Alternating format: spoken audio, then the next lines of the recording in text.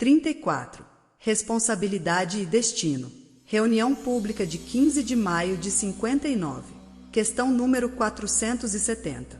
O Criador, que estabelece o bem de todos como lei para todas as criaturas, não cria espírito algum para o exercício do mal. A criatura, porém, na terra ou fora da terra, segundo o princípio de responsabilidade, ao transviar-se do bem, gera o mal por fecundação passageira de ignorância que ela mesma, atendendo aos ditames da consciência, extirpará do próprio caminho, em tantas existências de abençoada reparação, quantas se fizeram indispensáveis. Deus concede ao homem os agentes da nitroglicerina e da areia e inspira-lhe a formação da dinamite, por substância explosiva capaz de auxiliá-lo na construção de estradas e moradias, mas o artífice do progresso, quase sempre, abusa do privilégio para arrasar ou ferir, adquirindo dívidas clamorosas em sementeiras de ódio e destruição, empresta-lhe a morfina por alcaloide beneficente, a fim de acalmar-lhe a dor, entretanto, enfermo amparado. Em muitas ocasiões escarnece do socorro divino, transformando-o em corrosivo e entorpecente das próprias forças, com que prejudica as funções de seu corpo espiritual em largas faixas de tempo, galardoa-o com o ferro, por elemento químico flexível e tenaz, de modo a ajudá-lo na indústria e na arte. Todavia, o servo da experiência, em muitas circunstâncias, converte-o no instrumento da morte, a desajustar-se em compromissos escusos que lhe reclamam agonia e suor em séculos numerosos. Dá-lhe o ouro por metal nobre, suscetível para lhe enriquecer o trabalho e desenvolver-lhe a cultura, mas o mordomo da posse, nele talha, frequentemente, o grilhão de sovinice e miséria em que se amesquinha a si mesmo.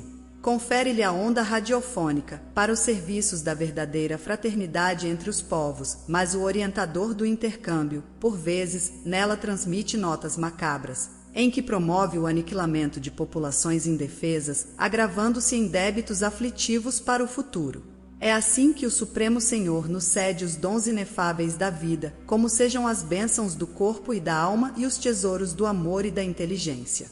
Do uso feliz ou infeliz de semelhantes talentos, resultam para nós vitória ou derrota, felicidade ou infortúnio, saúde ou moléstia, harmonia ou desequilíbrio, avanço ou retardamento nos caminhos da evolução. Examina, pois, a ti mesmo, e encontrarás a extensão e a natureza de tua dívida pela prova que te procura ou pela tentação que padeces, porque o bem verte, puro, de Deus, enquanto que o mal é obra que nos pertence, transitório fantasma de rebeldia e ilusão que criamos ante as leis do destino por conta própria.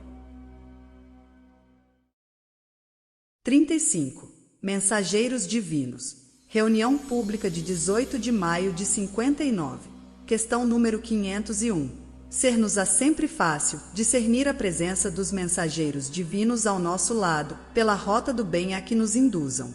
Ainda mesmo que tragam consigo o fulgor solar da vida celeste, sabem acomodar-se ao nosso singelo degrau, nas lides da evolução, ensinando-nos o caminho da esfera superior. E ainda mesmo se alteiem as culminâncias sublimes na ciência do universo, ocultam a própria grandeza para guiar-nos no justo aproveitamento das possibilidades em nossas mãos. Sem ferir-nos de leve, fazem luz em nossas almas, a fim de que vejamos as chagas de nossas deficiências, de modo a que venhamos saná-las na luta do esforço próprio.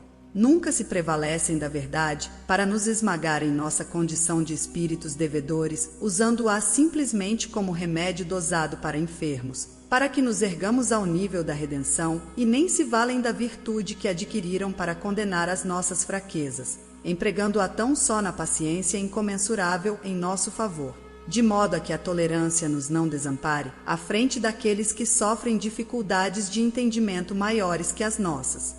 Se nos encontram batidos e lacerados, jamais nos aconselham qualquer desforço ou lamentação, e sim, ajudam-nos a esquecer a crueldade e a violência, com força bastante para não cairmos na posição de quem nos insulta ou injúria, e se nos surpreendem caluniados ou perseguidos, não nos inclinam à revolta ou ao desânimo, mas recompõem as nossas energias desconjuntadas, sustentando-nos na humildade e no serviço com que possamos reajustar o pensamento de quem nos apedreja ou difama.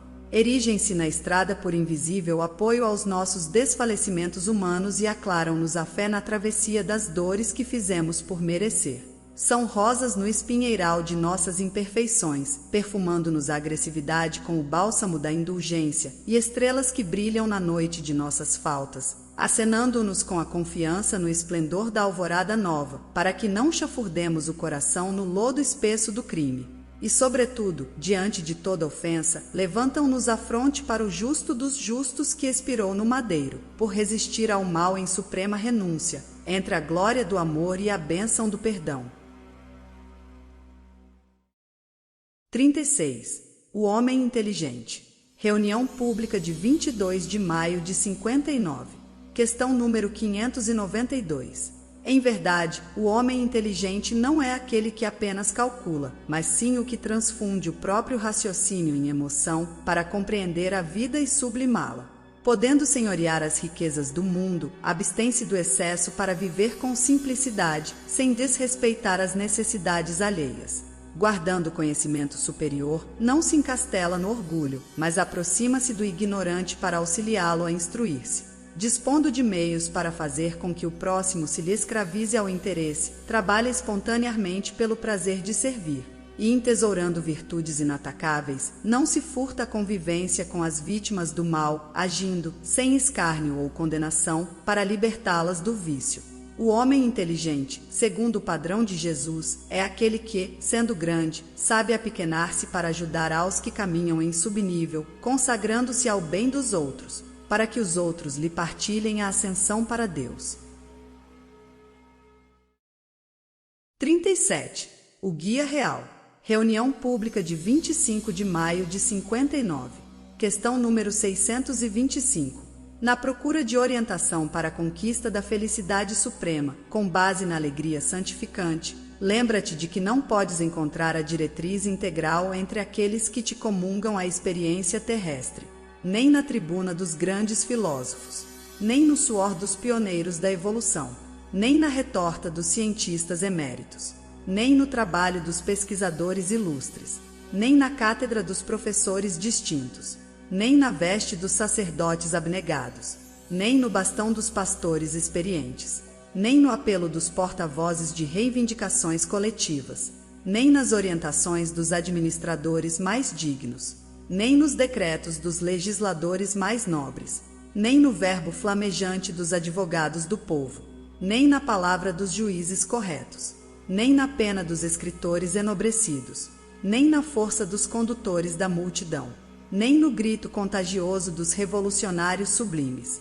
nem nas arcas dos filantropos generosos, nem na frase incisiva dos pregadores ardentes, nem na mensagem reconfortante dos benfeitores desencarnados. Em todos surpreenderás, em maior ou menor porção, defeito e virtude, fealdade e beleza, acertos e desacertos, sombras e luzes. Cada um deles te ensina algo, beneficiando-te de algum modo, contudo, igualmente caminham, vencendo com dificuldade a si mesmos. Cada um é credor de nossa gratidão e de nosso respeito pelo amor e pela cultura que espalha, mas no campo da humanidade só existe um orientador completo e irrepreensível.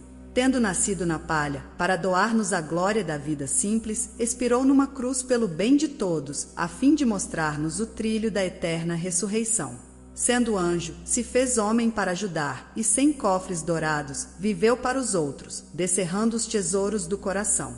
É por isso que Allan Kardec, desejando indicar-nos o guia real da ascensão humana, formulou a pergunta 625 em O Livro dos Espíritos, indagando qual o espírito mais perfeito que Deus concedeu ao mundo para servir de modelo aos homens, e os mensageiros divinos responderam, na síntese inolvidável, Jesus. Como a dizer-nos que só Jesus é bastante grande e bastante puro para ser integralmente seguido na terra, como sendo o nosso Mestre e Senhor. 38. Perseguidos. Reunião pública de 29 de maio de 59. Questão número 781. Batido no ideal do bem-fazer, desculpa e avança à frente. Açoitado no coração, enxuga as lágrimas e segue adiante. A indulgência é a vitória da vítima e o ouvido de todo o mal é a resposta do justo. Acúlios despontam no corpo da haste verde, mas a rosa, em silêncio, floresce triunfante por cima deles, enviando o perfume ao céu. sombras da noite que envolvem a paisagem terrestre na escuridão do nadir. Todavia, o sol, sem palavras, expulsa as trevas a cada manhã, recuperando-a para a alegria da luz. Lembra-te dos perseguidos sem causa, que se refugiaram na paz da consciência em todas as épocas. Sócrates bebe a cicuta que lhe impõem a boca, entretanto, ergue-se a culminância da filosofia. Estevão morre sob pedradas, abrindo caminho a 3 séculos de flagelação contra o cristianismo nascente. Contudo, faz-se o padrão do heroísmo e da resistência dos mártires que transformam o mundo. Gutenberg é processado como devedor relapso, mas cria a imprensa, desfazendo o nevoeiro medieval. Jean Hus é queimado vivo, mas imprime novos rumos à fé. Colombo, expira abandonado, numa enxerga em Valladolid, no entanto, se levanta para sempre na memória da América. Galileu, preso e humilhado, desvenda ao homem uma nova contemplação do universo. Lutero, vilipendiado, ressuscita as letras do Evangelho. Giordano Bruno, atravessando o pavoroso suplício, traça mais altos rumos ao pensamento. Lincoln tomba assassinado, mas extingue o cativeiro no clima de sua pátria. Pasteur é ironizado pela maioria de seus contemporâneos, no entanto, renova os métodos da ciência e converte-se em benfeitor de todos os povos. E ainda ontem, Gandhi cai sob golpe homicida, mas consagra o princípio de não violência. Entre os perseguidores, contam-se os obsidiados, os intemperantes, os depravados, os infelizes, os caluniadores, os calculistas e os criminosos, que descem pelas torrentes do remorso para a necessária refundição mental nos alambiques do tempo, mas, entre os perseguidos sem razão, enumeram-se quase todos aqueles que lançam nova luz sob as rotas da vida. É por isso que Jesus, o divino governador da terra, preferiu alinhar-se entre os escarnecidos e injuriados, aceitando a morte na cruz, de maneira a estender a glória do amor puro e a força do perdão, para que se aprimore a humanidade inteira.